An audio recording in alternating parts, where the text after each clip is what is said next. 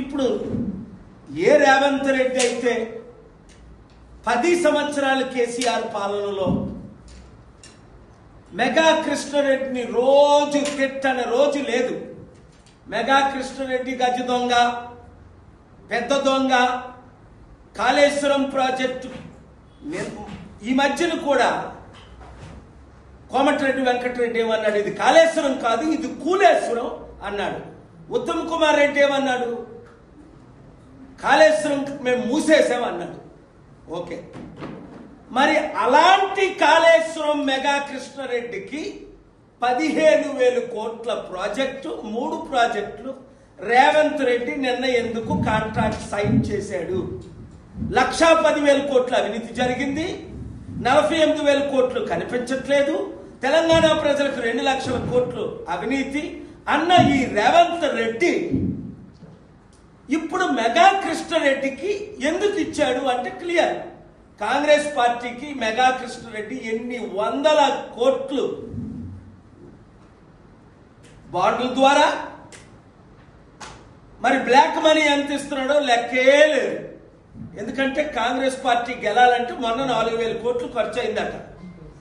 ఈ 4,000 కోట్లు ఎవరిస్తున్నారు? ఇదన్నీ డీటెయిల్స్తో అతి త్వరలో మీ ముందుకు నేను వస్తాను. నాకు నిన్న బెదిరింపు కాదు,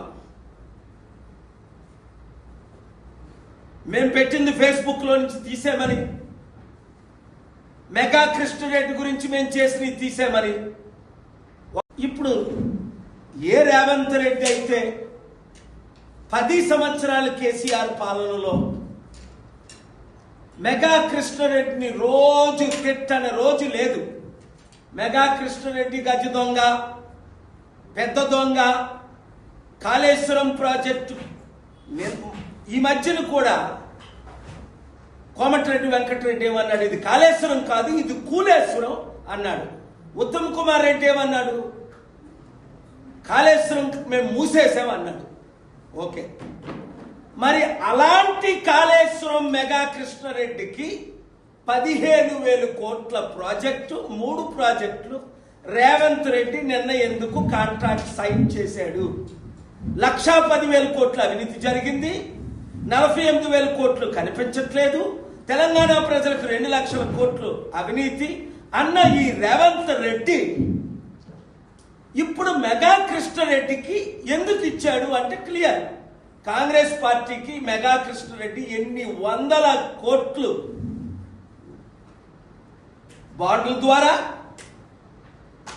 మరి బ్లాక్ మనీ ఎంత ఇస్తున్నాడో లెక్కే లేదు. ఎందుకంటే కాంగ్రెస్ పార్టీ గెలాలంటే మొన్న 4,000 కోట్లు ఖర్చు అయిందట. ఈ 4,000 కోట్లు ఎవరిస్తున్నారు? ఇదన్నీ డీటెయిల్స్తో అతి త్వరలో మీ ముందుకు నేను వస్తాను.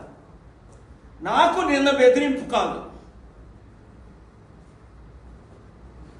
మేము పెట్టింది ఫేస్బుక్లో నుంచి తీసేమని, మెగా కృష్ణారెడ్డి గురించి మేము చేసినవి తీసేమని.